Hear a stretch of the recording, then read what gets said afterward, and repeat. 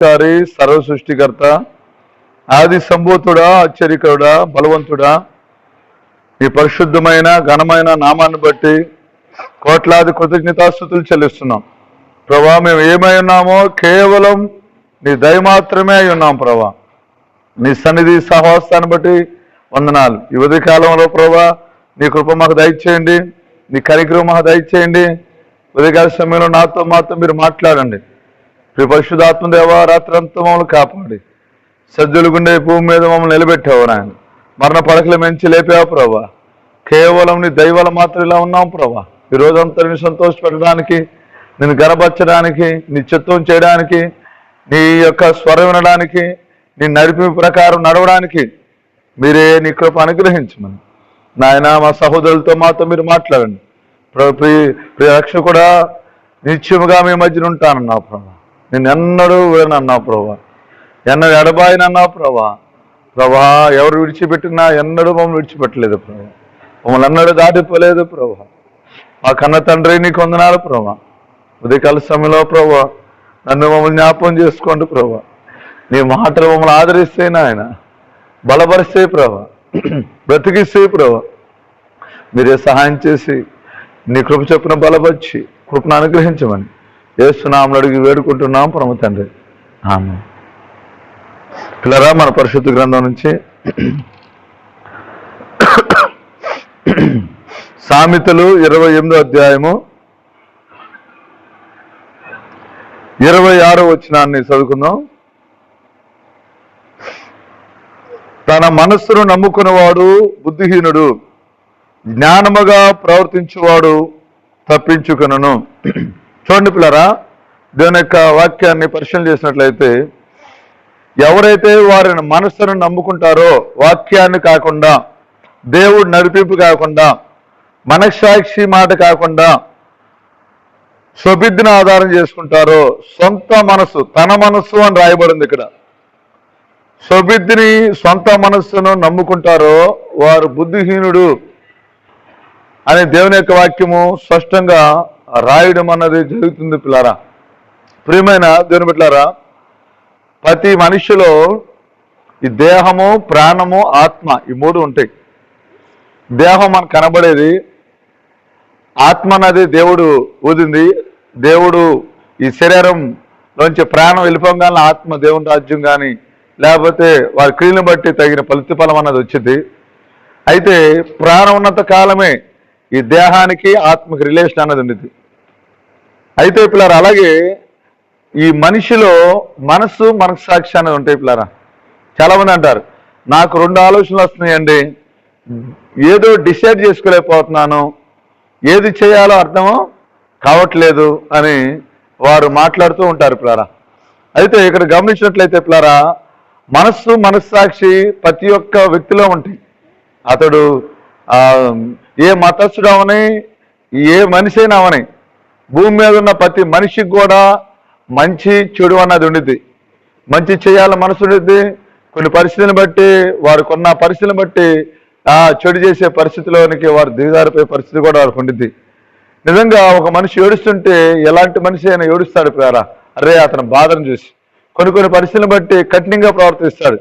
ఎందుకంటే ఒక సమయంలో మనస్సు పనిచేస్తే ఒక సమయంలో మనస్సాక్షి అనేది పనిచేస్తుంది. అందుకని దేవుని వాక్యంలో పేతురు రాసిన పత్రికలో పిల్లారా, దేవుని యొక్క వాక్యంలో స్పష్టంగా ఒక రాయబడి ఉంది. బాప్తీసం తీసుకున్నప్పుడంట ఈ యొక్క మనస్సు గురించి, మనస్సాక్షి గురించి ఇక్కడ రాయబడి ఉంది పిల్లారా.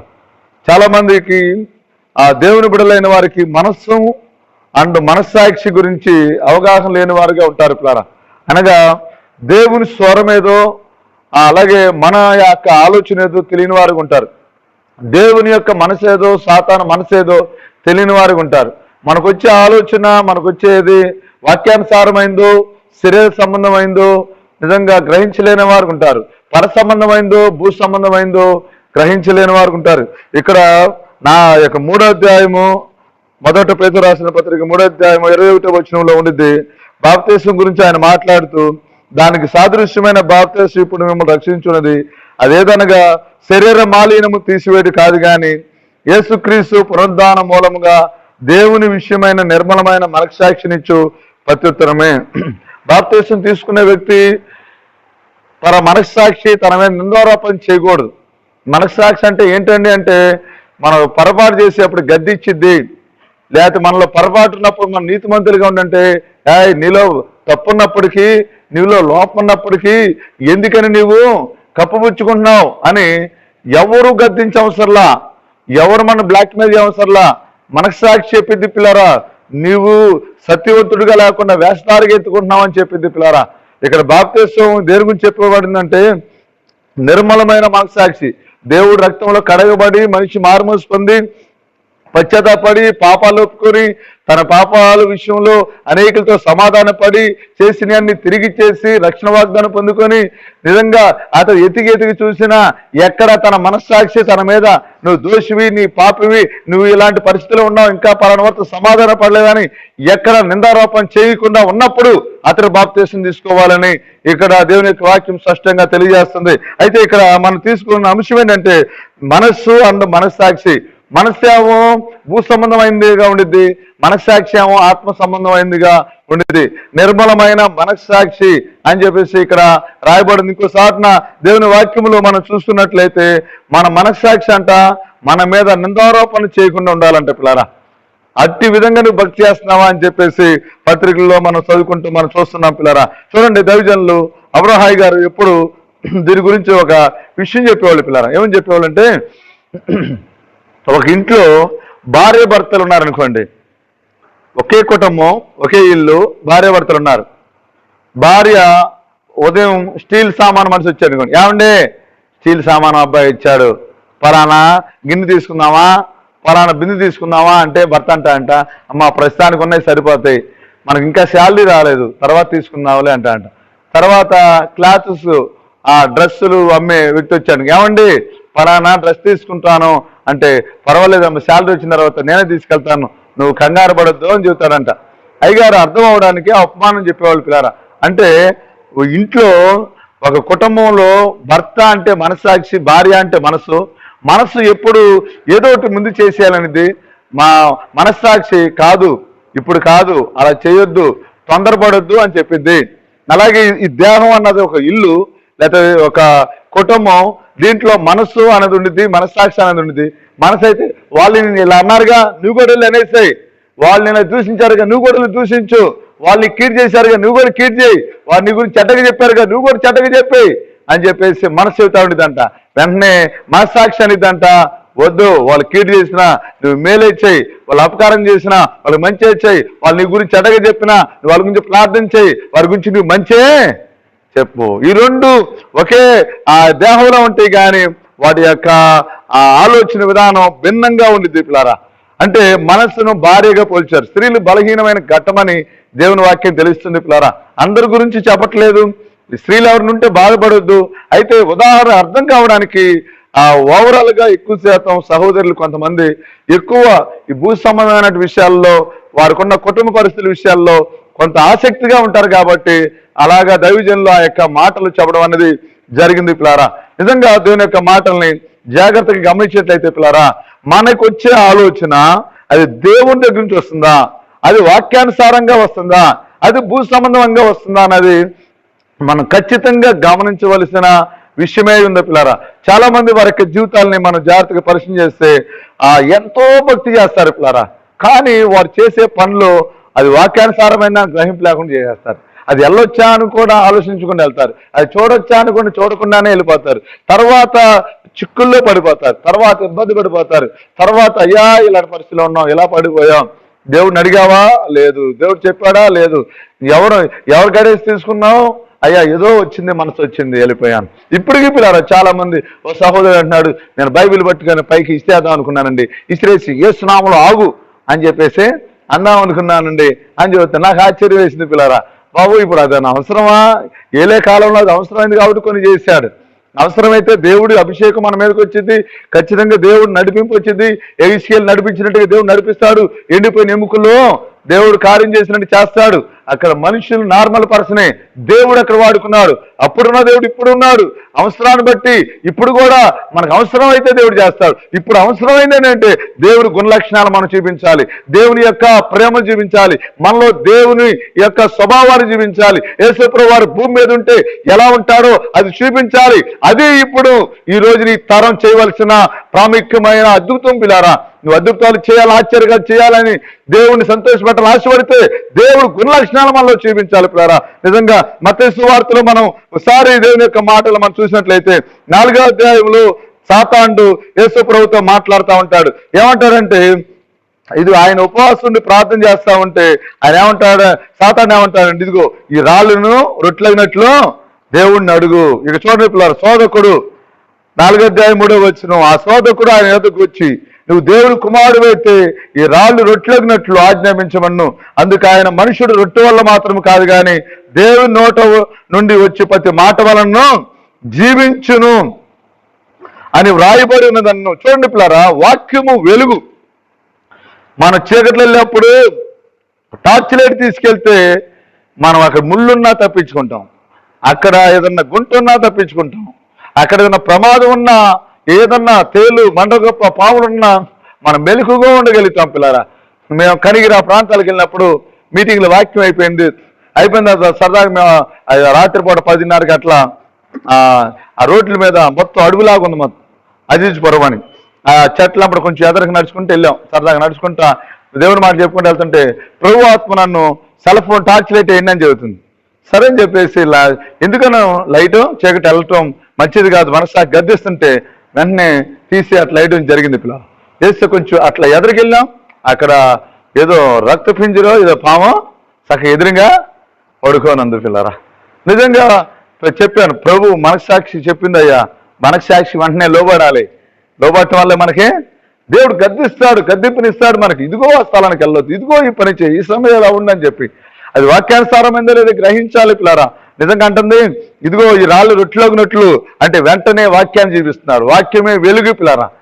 వాక్యం దగ్గరికి వెలుగు వచ్చినప్పుడు చీకటి గాఢంధకారమైన మాయమైపోద్ది పిల్లారా. లైట్ ఏం కాలనే, ట్యూబ్లైట్ ఏం కావాలి, చీకటి ఏమైపోద్ది, ఇల్లమ్మని చెప్పాలా.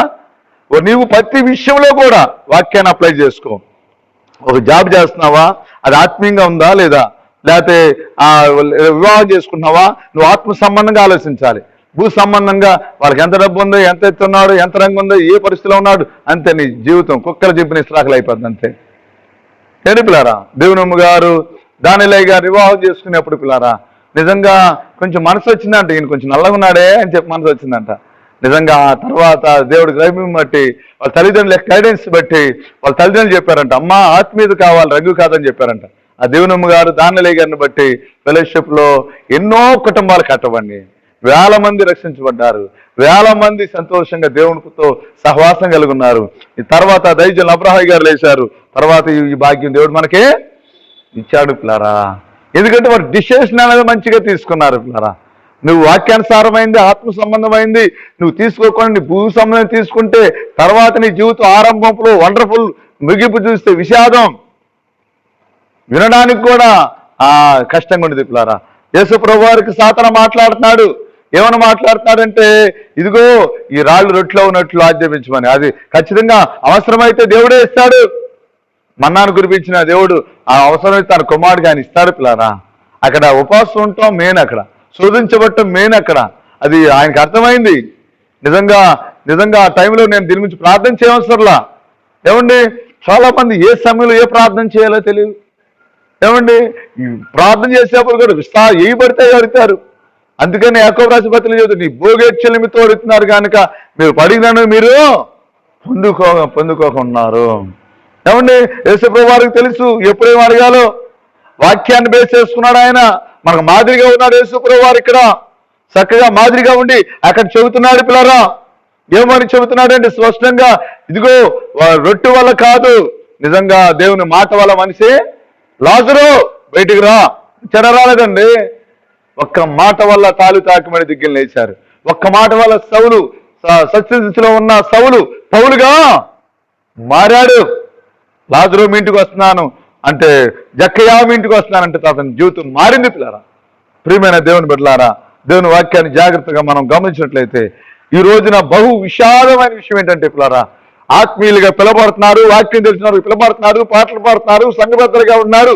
నిజంగా ఎన్నో సంవత్సరాల నుంచి సీనియర్గా ఉంటుంది. నీకు వచ్చే తలంపు, నీకు వచ్చిన ఆలోచన, నీకు వినబడే స్వరము అది పర సంబంధమైందా, భూ సంబంధమైందా, శరీర సంబంధమైందా, ఆత్మ సంబంధమైందా గ్రహింపలేని గుడ్డిభక్తి చేస్తున్నారు. సాతాను ఎప్పుడు మోసం చేసి ఏం చేస్తాడో తెలియని పరిస్థితిలోకి వెళ్ళిపోతుంది. ఒక 4 రోజులు బాగుంటే ఒక 4 రోజులు కొట్టుకుంటున్నారు భార్య భర్తలు. అన్నం కూర వండుకుంటున్నారు, చిన్న విషయానికి సాతాను ఏదో చెబుతుంది భర్తకి, భార్య ఏదో చెబుతుంది, నువ్వు ఇట్లా, మీ నాన్నిట్ట, మీ నాన్నిట్ట, మీ అమ్మిట్ట, మీ తమ్ముడిట్ట అని చెప్పేసి ఏదో ఒకటి అనుకుంటున్నారు. వండుకున్న అన్నం అంతా కుర్తుట్లో పడేస్తున్నారు. శుభ్రంగా ఈ భార్య కడుపు కట్టుకుని ఇటు పడుకుంటుంది, ఆయన కడుపు కట్టుకుని అటు పడుకుంటున్నాడు. సైతాన్ని కొట్టి మధ్యలో కాలు మీద కాలు వేసుకుని పడుకుంటున్నాడు. ఎవరు మాట వింటున్నారు? నాకు తెలుసండి, బైబిల్లో మర్మాలు తెలుసండి. బైబిల్లో మర్మాలు నీకు తెలిస్తే భార్య కోపడినప్పుడు భర్త లోపడాలి, మౌనంగా ఉండాలి. తెలీదా? భర్త కోపడినప్పుడు, భర్త స్పీడ్ అవుతున్నప్పుడు, అత్త స్పీడ్ అవుతున్నప్పుడు కోళ్ళవే నువ్వు, భర్తవే నువ్వు మెలకున్న మౌనంగా ఉండాలి. తెలీదా? అది సూత్రం కాదా? దేవుడు చెప్పిన మాట కాదా? ఈ సూత్రం తెలియదండి. ఒకరు చెప్పారంట, నాకు భూగోళ శాస్త్రం తెలుసు, నాకు రసాయన శాస్త్రం తెలుసు, నాకు పలానా భూగోళ శాస్త్రం తెలుసు, పలానా శాస్త్రం తెలుసు అని ఒక పాపం ఎవరో పల్లెటూరు కుర్రోడు ఆ పడవ మీద నడ్డి ఆడేస్తుంటూ చెబుతున్నారంట. ఆ పడవకి ఏదో చిల్లుందంట, సడన్ గా అది ప్రాబ్లం అయింది, ఆ తారంత ఊడిపోయింది, మునిగిపోతున్నప్పుడు అయ్యా మునిగిపోతున్నట్టు ఆయన చెప్పాడంట. అయ్యా ఈత శాస్త్రం తెలుసా నీకంటే అని చెప్పాడంట. అయ్యా తెలియదండి అంటే, నీ జీవితం టోటల్గా భూగోళ శాస్త్రం తెలుసా అని అంటే అక్కడ తెలియదు, నీ పావలా జీవితం అయిపోయింది. రసాయన శాస్త్రం తెలుసా అంటే ₹10 జీవితం నీకు అయిపోయింది అని చెబుతున్నాడంట. ఇప్పుడు ఈత శాస్త్రం తెలియదు, ఏమైపోయింది నీ జీవితం? నీకు ఎన్ని తెలిసినా సరే దేవుడు నీకు వచ్చిన సందర్భంలో దేవుడు గైడెన్స్ తీసుకోలేని ఆత్మీయతలో ఉంటే, దేవుడు స్వరమేదో గ్రహింపుల స్థితిలో ఉంటే నువ్వు జీవితంలో ఎక్కడ రాణించగలుగుతావు, ఎక్కడ జయించగలుగుతావు? ప్రియమైన దేవుని బిడ్డలారా, నేను సండే స్కూల్లో ఈ వాక్యం చెప్పాను పిల్లలకి. చెబితే మధ్యాహ్నం ఆరాధన అయింది, ఇంటికి వెళ్ళిపోయారు 2 ఆడపిల్లలు, చిన్న పిల్లలు. వారి తల్లిదండ్రులు చక్కగా భోజనం అంతా అయిన తర్వాత, అమ్మ మీరు పడుకోండి, మేము వెళ్ళొస్తాము, బజార్కి వెళ్ళి రావాలి, వచ్చేస్తాం, సాయంత్రం 5 పలానా ఊరు వెళ్తున్నాం అన్నారు. వీళ్ళు లేచారు. 3 గంటలకు మెలకు వచ్చింది. చక్కగా లేస్తే తల్లి చెప్పింది, 3 గంటలకు లేచి అక్కడ డ్రెస్సులు ఉన్నాయి, అవన్నీ వాష్ చేయండి అని చెప్పారు. ఒకళ్ళు ఉతకండి, ఒకళ్ళు పెన్నండి అని చెప్పారు. అని చెప్తే చక్కగా 2 సహోదరులు, అక్క చెల్లెలు ఒకళ్ళు లేచారు, చక్కగా డ్రెస్ ఉతుకుతా ఉన్నారు. ఇంకో సహోదరు లేచింది, లేచి మా సిస్టర్ చక్కగా ఉతుకుతుంది, నేను కూడా వెళ్ళాలి అని అంటే ఈడు వచ్చేసి అన్న సైతాన్ని కూడా వచ్చేసి చేసుకునిద్దిలే అని నేను పిలిచిందే అంటే నిద్రపోయేదాన్ని, నువ్వు మెలకుండా ఉండు, పడుకో, ఎప్పుడు ముసుకేసుకో. ఆమె ఉతుకున్నది, ఆమె పిండుకునిద్దిలే. జాడిచ్చుడు ఏదంటారు చూసావా? నిజంగా గమనించినట్లయితే పిల్లరా, జరిగిన విషయం ఏంటంటే, ఎప్పుడైతే మనకి జీవితాల్లో దేవుని ఆలోచన ఏదో, సాతాను ఆలోచన ఏదో మనం గ్రహించలేకపోతే పిల్లరా, మన జీవితాల్లో ఎంతో నష్టపోతాం. జరిగిన అక్కడ సందర్భం ఏంటంటే, వెంటనే వాక్యం గుర్తొచ్చిందంట. ఈరోజు అన్నయ్య వాక్యం చెప్పారు. ఇప్పుడు నాకు వచ్చిన ఆలోచన ఎవరిది? మేలు చేయమని చెబుతుందా, కీడు చేయమని చెబుతుందా, సహాయం చేయమని చెబుతుందా, ఆమె కష్టపడినా పర్వాలేదులే నువ్వు మౌనంగా ఉండని చెబుతుందా? ఇది ఎవరిదంటావు? ఈ స్వరం ఎవరిదంటావు? ఈ మనసు ఎవరిది? ఎదురులో ఇబ్బంది పడినా పర్లేదు, నువ్వు మాత్రం హాయిగా ఉండని చెప్పే మనసు, నాకు వచ్చే మనసు ఎవరిది? సాతాన్దేగా ఇది. సాతానా, నేను ఏడిపించాలి. నేను చెప్పాను పిల్లరా, ఒక్కసారి సాతాడే నేను చెప్తే ఎదురు తిరగండి, మీరంటే భయం వేసింది ఆడికి అని చెప్పాను. ఒకసారి కుక్క వస్తుంది గట్టి కొడితే మనం చూస్తే పారిపోద్ది ఇంకా అని చెప్పడం జరిగింది. ఇక వెంటనే వెళ్ళిందంట. వెళ్ళి ఆమె ఉతుకుతా ఉంటే చక్కగా జాడిస్తూ ఉందంట పిల్లరా. జాడిస్తూ గమనించినట్లయితే పిల్లరా, చక్కగా ప్రార్థన చేసుకుంటూ జాడిస్తూ చెప్పిందంట, నాకు సైతాన్ని అలా చెప్పిందమ్మా, కానీ నిజంగా దేవుని యొక్క మంచి కృపను బట్టి ప్రభు నాకు సహాయము చేశాడు. చూడండి పిల్లరా, దేవుని యొక్క కృపను బట్టి దేవుని సన్నిధిలో పిల్లరా ఎల్లప్పుడూ మన మనసేదో మనస్సాక్షితో గ్రహించాలి. ఆ చెల్లి అయితే తనకి జీవితంలో పిల్లరా జరిగిన విషయం ఏంటంటే, సహోదరి చెప్పిందంట, అమ్మా నువ్వు ఉతికితే నన్ను రావద్దని చెప్పింది, కానీ వాడి మాట నేను వినలేదు. చూడండి పిల్లరా, ఆ దేవుని మనసు ఎంత స్పష్టంగా ఉండిందో. ఇబ్బందిలో ఉంటున్నవారు దగ్గరికి వెళ్ళమనింది, వారి బాధలు పంచుకోమనింది. మనం బాధపడినా పర్వాలేదు, వాళ్ళు బాధపడకూడదని చెప్పింది. మనం తినపోయినా పర్వాలేదు, వారు తినాలని చెప్పింది. మరి నువ్వు ఎవరు స్వరం విన్నావు? మా భక్తురాల్లాగా ఆత్మీయుల్లాగా కనబడుతూ కూడా మీ యొక్క జీవితాల్లో ఉంటే వాళ్ళ ప్రయోజనం ఏంటి? యెహోవా దేవుడు చెప్తాడు పిల్లరా, యెహోషువతో, మీరు ఎరుకోకు వెళ్ళండి, యెహోషువ ఆరోగ్యం వెళ్ళండి, చుట్టూరు గోడ చుట్టూ తిరగండి, శుద్ధి చెప్పండి, పడిపోతాయి దెబ్బకని చెప్తాడు. ఎల్లు నేను జయమిస్తానని చెప్పాడు. దేవుడి మాట ప్రకారం వెళ్తాడు యెహోషువ. అంతే, నిజంగా ఎరుకో ప్రాంతంలో దేవుడు విజయాన్ని ఇస్తాడు పిల్లలు. తర్వాత 7వ అధ్యాయంలో చూస్తే, యెహోషువ గ్రంథం 7వ అధ్యాయంలో చూస్తే 3వ వచనంలో చూస్తే వీళ్ళు ఏం చేస్తారంటే దాటేసి వస్తూ ఉంటే హాయి దేశం, హాయి ప్రాంతం కనబడితే వేగుల వారిని పంపిస్తారు. ఎలా ఉందో చూడండి. సరే చూస్తారు. చిన్నదే పెద్ద దేశాన్ని జయించేసాం. పెద్ద దేశాన్ని జయించావంటే దేవుడు ఉంటే వాళ్ళు జయించావు, దేవుడు వెళ్ళమన్నాడు కాబట్టి జయించావు, దేవుడు చెప్పాడు కాబట్టి జయించావు, దేవుడు నడిపింది కాబట్టి జయించావు. నీ బలం బట్టి జయించావా? నీ శక్తిని బట్టి జయించావా? ఏంటి పిల్లారా? అంతే. ఇక చూడండి పిల్లారా, ఈ హాయి దేశం మీదకి వెళ్ళిపోతాం. అంతమంది అవసరం 3000 మంది వెళ్తాం, 36 మంది చచ్చిపోతారు అంతే. 7వ అధ్యాయం చదివితే తర్వాత మీరు ఉండిద్ది పిల్లారా. నిజంగా జరిగిన విషయం ఏంటంటే పిల్లారా, అయిపోద్ది. ఇక యెహోషువకు భయం వేసేది, ఏడుస్తా ప్రార్థన చేస్తాడు. నేను చెప్పింది ఏంటి, మీరు చేసేది ఏంటి అంటాడు దేవుడు. ప్రభా క్షమించండి ఆయన అవసరాలు చెప్పుకొని ప్రార్థన చేసి అప్పుడు దేవుడు చెప్తాడు, నువ్వు ఇట్టెళ్ళు, మీరు ఇట్టెళ్ళండి. అప్పుడు ఒక ప్లాన్ అంతా దేవుడు ఇస్తాడు యెహోషువకి, ఆ దేశం మీద జయం రావడానికి ప్లాన్ స్కెచ్గా ఇస్తాడు అంతే. అప్పుడు జయం ఇచ్చింది. ఏంటి పిల్లారా, దేవుడు నడిపింపు ప్రకారం వెళ్తే జయం చూశారు. దేవుడు నడిపింపు ప్రకారం వెళ్ళకుండా తన ఆలోచన ప్రకారం వెళ్తే, తన ఇష్ట ప్రకారం వెళ్తే ఏమైపోయారు? జయం చూడలేకపోయారు. దేవుడు ఆలోచన మనకు కావాలి. ఒక రోజున నేను ప్రాంతం వెళ్ళా, క్రీస్తురాజపురం ఇలా ప్రాంతాలకు వెళ్ళి, మేము వెళ్ళంగానే ఈ పాల ప్యాకెట్లు తీసుకొచ్చి పాలు కాయటం ఏదో ఒకటి చేస్తూ ఉండేవాళ్ళు. నాకు ఆలోచన వచ్చింది పిల్లలు. సరే, క్రీస్తురాజపురంలో నేను వెళ్ళలేదు, అక్కడ అత్తగారు అందరూ ఉన్నారు, లేకపోతే ఇంకా వేరే ప్రాంతంలో గొనుగలు ఉన్నాయి, ఇంకెన్నో సంటలు ఉన్నాయి పండు మీద వెళ్ళి. ఇక మెట్లెట్టుంటే పక్కనే కిటికీలు ఉంటాయి పిల్లల. ఎవరో సహోదరి వాళ్ళ అత్తగారి దగ్గరికి వచ్చింది, అత్తగారి ఫ్రెండ్ రంగంలో, అమ్మాయి పాల బ్యాగ్ తీసుకురా, టీ పెట్టేవాలి అని చెప్పింది. ఏమో కిందకి వెళ్ళింది పాల బ్యాగ్. ఈ అత్తగారు వాళ్ళ ఫ్రెండ్ బాగా డీప్కి వెళ్ళిపోయారు. ఏంటి డీప్? ఎలా ఉన్నారు ముచ్చట్లు మాట. ఇద్దరు కలిస్తేనండి భలే మాట్లాడుకుంటారు. దేవుని విషయాలు కాకుండా వేరే మాట్లాడుకున్నారా మనశ్శాంతి ఉండదు మీకు. మాట్లాడుకుంటా ఉంటే ఏ కిటికీ దగ్గరికి వచ్చింది, పై వస్తా అప్పుడు అడుగుతుంది వాళ్ళ ఫ్రెండ్, ఏ అమ్మాయి నీ కోళ్ళ శుభ్రంగా చూసుకుంటుందా అని అడిగింది. అంటే ఏం చూసుకుంటామమ్మా, నా బాధలు ఎవరు చెప్పుకోనమ్మా, ఎలా బతికిందా అన్నో, ఎలా అయిపోయిందో ఈ బతుకు అని చెప్పేసి ఇక మాట్లాడతాను. ఏదో సత్యం బతికినట్టు బతుకుతున్నానమ్మా, ఏంటో వాళ్ళు ఏది పడితే తినాల్సి వస్తుంది, ఏమి ఒళ్ళు మండిపోయింది, సద్దన్నం పెట్టామని చెబుతుందా అని చెప్పేసి ఇక పాల బ్యాట్ తీసుకొచ్చింది. పాల బ్యాట్ తీసుకొస్తే సాతాన్ అంటుంది, మనసు అంటుంది, కోళ్ళే నీళ్ళు పోసి డికాషన్ వేసి ఏదో రంగు వచ్చినానికి కొంచెం పాలు పోయి కలుపు, అంతే రంగు వచ్చేలాగా, నేలటీ ఇవ్వు వాళ్ళ మొహానికి అన్నట్టుగా చదువుతుంది. ఇవ్వు అని చెబుతుంది. సరే ఇచ్చింది అనుకుందాం. వాళ్ళు తాగేశారు. వెళ్ళిపోయిన తర్వాత ఆదివారం వచ్చింది, మటన్ నీళ్ళు తిని శనివారం రోజున దొండకాయ కూర చింతపండు చారు ఉంటే అత్తగారు పెట్టింది. ఏమో మటన్ వేసుకొని తిన్నది. అవతల గది అత్తగారు పడుకున్నారు, యువతల గదిలో కోళ్ళు పడుకుంది. నిలబడిద్దంటారా? మనశ్శాంతి ఉండిద్దంటారా? ఏంటి పిల్లరా, వేడి అన్నం వండుకొని మంచి మాంసం కూర వండుకొని కోళ్ళ గారు శుభ్రంగా, ఎందుకని నా గురించి మంచిగా చూసిన చెడ్డగా చెప్పానని ఇద్దా, నేను మాత్రం అనుకున్నదే చేయాలన్నది. మరి అనుకున్నదే చేయాలన్న మనస్సు దేవుడిదా సాతాందా? మనసాక్షి మాట ఏంటుందా, మనసు మాట ఏంటుందా? అంతే పిల్లరా. జరిగిన విషయం ఏంటంటే పిల్లరా, శుభ్రంగా పడుకుంటే ఎలా ఉంటే చెప్పనా, గంగుల పురుగు పాకినటువంటిది. ఏం పాకినటువంటిది?